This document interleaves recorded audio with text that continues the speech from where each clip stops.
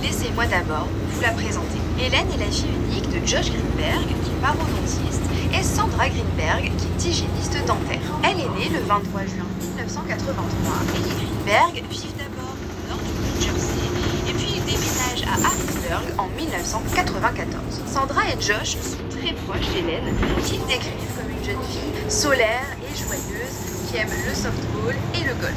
D'ailleurs, ils sont si proches qu'Hélène et Sandra se téléphonent pratiquement tous les matins. Hélène obtient son diplôme en communication à l'université Penn State, puis prévoit de devenir enseignante. Seulement, après réflexion, elle change de parcours et va à l'université Temple pour avoir un diplôme dans l'enseignement. En 2016, elle rencontre Sam avec qui ils ont un enfant. Et les deux tombent amoureux. Tout se passe à merveille. Et cerise sur le gâteau, Sam s'entend même très bien avec ses beaux-parents. Bah oui, parce que c'est pas toujours gagné dans certains couples. Ils part emménager ensemble dans la résidence Loft au 6e étage avec une vue sur la rivière. Alors attention, la rivière Schwilton, dans un appartement quand même plutôt luxueux. Et ils emménagent en 2010. Ensuite, Sam fait sa demande en mariage à Hélène et évidemment, elle accepte. Les faire-part du mariage sont d'ailleurs envoyés 4 jours avant et Hélène est âgée de 27 ans. Et depuis 3 ans, elle est enseignante à l'école primaire Juniata Park Academy, qui est située à 30 minutes de son appartement. Et ce qui est terrible dans cette vidéo, c'est Hélène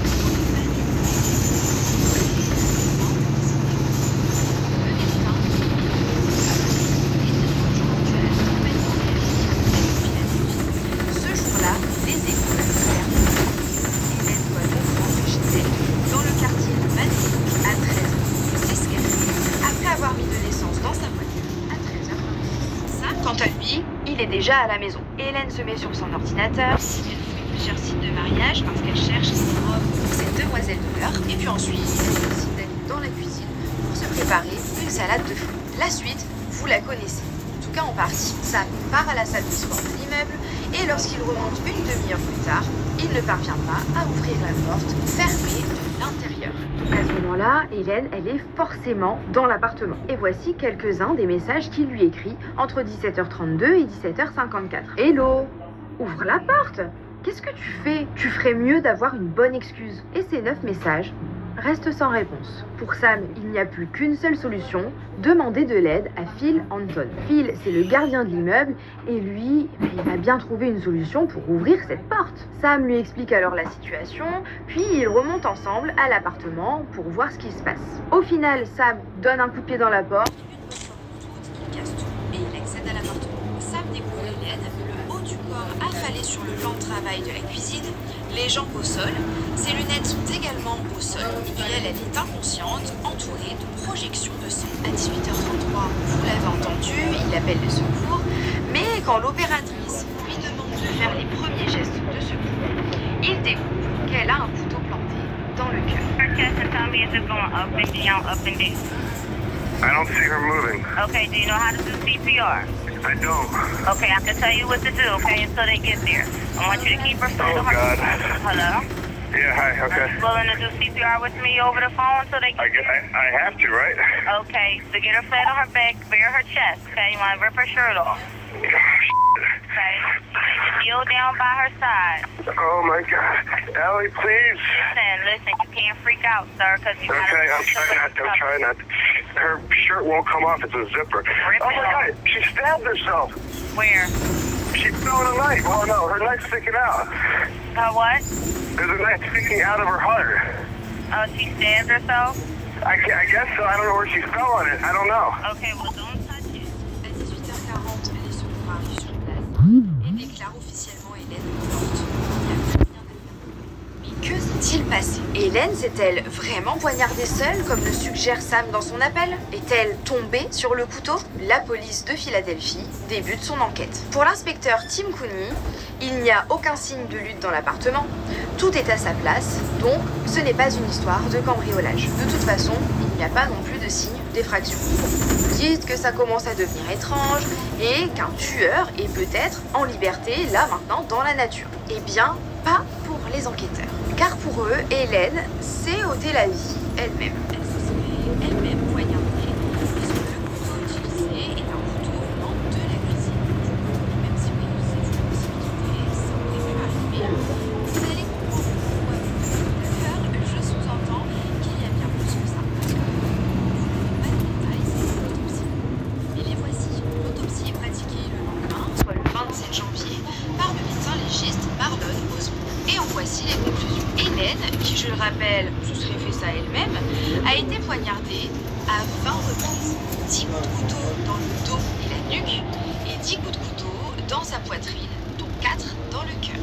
Une grande lacération est également présente sur son crâne, et je ne sais pas encore comment je vais me débrouiller au montage, parce que j'aimerais bien que vous ayez des éléments visuels. D'ailleurs, si cette affaire vous intrigue, vous avez envie ensuite de vous plonger encore plus dedans, je vous mets un site dans la barre d'infos où il y a vraiment tout. Il y a plein de photos de la scène de crime, on a les rapports d'autopsie, etc., etc. Donc c'est vraiment hyper intéressant si vous voulez un petit peu aller fouiller dans plein de documents. Et parmi ces documents, peut-être qu'au montage, je mettrai des photos qui en fait n'en sont pas vraiment. Mais sachez que je ne permettrai quand même pas de mettre des photos de vrais cadavres dans mes vidéos. N'ayez pas peur, ce n'est pas un vrai cadavre, ce sont des représentations qui sont faites en 3D en fait. Donc c'est absolument pas un vrai corps, c'est juste de la 3D. Même moi, au bout d'un moment, j'ai eu un doute et je me suis dit, mais attends, c'est elle ou c'est pas elle? Ce n'est pas elle, ne vous en faites pas. Bref, on retourne à l'autopsie. Hélène a également des dizaines de bleus, 11 pour être précise, sur le bras droit, sur la jambe droite et sur le ventre. Mais ces bleus ne datent pas du jour de sa mort, puisqu'en fait, ils étaient à plusieurs stades de guérison. Donc ça ne peut pas dater du jour de sa mort. Une trace de sang sur son visage est également étudiée, puisqu'elle part de sa bouche et se dirige vers son oreille. Elle était donc allongée quand le sang a coulé. Seulement, elle n'a pas du tout été retrouvée dans une position favorable à sa vie. À moins qu'elle ait réussi à défier la gravité, son corps a sûrement été déplacé. La trace étant, selon le rapport d'autopsie, incompatible avec la position dans laquelle elle a été retrouvée. Le médecin légiste conclut que la mort d'Hélène n'est pas un suicide, mais bel et bien un homicide. Seulement la veille, quand les enquêteurs avaient décidé que c'était un suicide, eh bien ils n'ont pas du tout fait de la scène une scène de crime. Il y a donc eu plusieurs allées et venues des membres de la famille, et puis la police conseille même une entreprise de ménage qui est spécialisée dans le nettoyage de scènes de crime, etc., des scènes où il y a du sang. Ils conseillent ça à la gestionnaire de l'immeuble. L'appartement 603 est alors nettoyé la veille du retour de la police avec un mandat de perquisition. Retour à l'autopsie. Sandra et Josh, les parents d'Hélène, apprennent que la conclusion du médecin, c'est que c'est un homicide, mais ça, ils l'apprennent d'un ami qui a vu l'information passer à la télé. Autant vous dire que dès le départ, la communication entre Sandra, Josh et les enquêteurs est très compliquée. Le dossier d'Hélène est ensuite transféré à l'unité des homicides, et puis évidemment, la police s'intéresse à Sam et à son alibi. Les images des caméras de surveillance de l'immeuble sont analysées, et Sam n'a pas menti. On le voit bien partir et revenir de sa séance de sport. Il faut cependant noter que seul le hall de l'immeuble est équipé de caméras de surveillance et qu'il n'y a pas de vidéo de Sam devant son appartement ou du couloir menant à l'appartement, par exemple. Sam a donc un alibi qui a été vérifié. L'appartement n'a pas été cambriolé, il n'y a pas de traces d'effraction. Le sport est avec sur la table et on se penche alors sur la santé. À la fin de l'année 2010, Hélène commence à souffrir d'anxiété. Entre décembre et janvier, elle est apparemment très stressée par son travail. travail. Et elle qui est normalement très joyeuse, très souriante, son côté solaire finalement s'éteint peu à peu selon ses proches. Ses parents et sa cousine Debbie confirment cette histoire.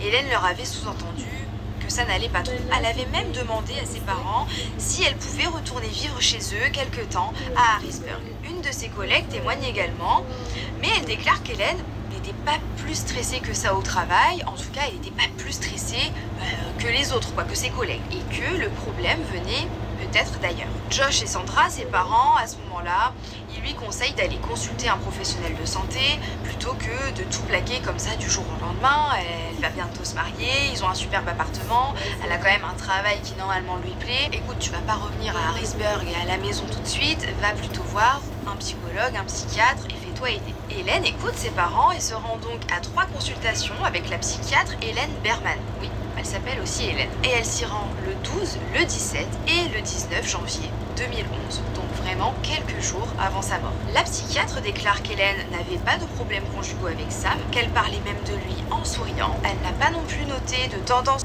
suicidaire.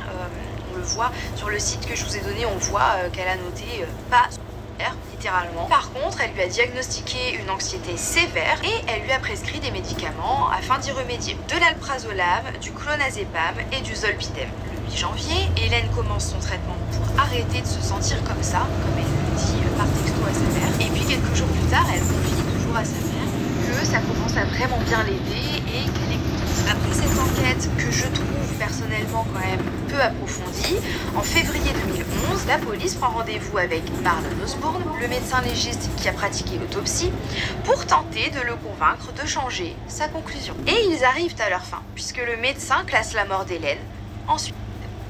Le dossier est bouclé. Il n'y a plus d'enquête à mener. Vous vous doutez bien que cette enquête ne satisfait absolument pas les proches d'Hélène. Oui, peut-être qu'elle souffrait d'anxiété, mais à quel moment se serait-elle poignardée elle-même 20 fois, dont 10 fois dans le dos et la nuque? Je rigole, mais c'est nerveux. À quel moment elle aurait mis fin à ses jours de cette manière, alors qu'elle était juste en train de se préparer une salade de fruits? Ses parents, depuis, tentent de faire réouvrir le dossier. Et pour ce faire, ils engagent le détective privé Thomas Brennan. Celui-ci, son tour d'expert, il discute avec plusieurs d'entre eux, dont le docteur Ross et le médecin légiste Cyril Wayne. Selon eux, deux couteaux qu'Hélène a reçus dans la nuque l'auraient sans doute paralysée.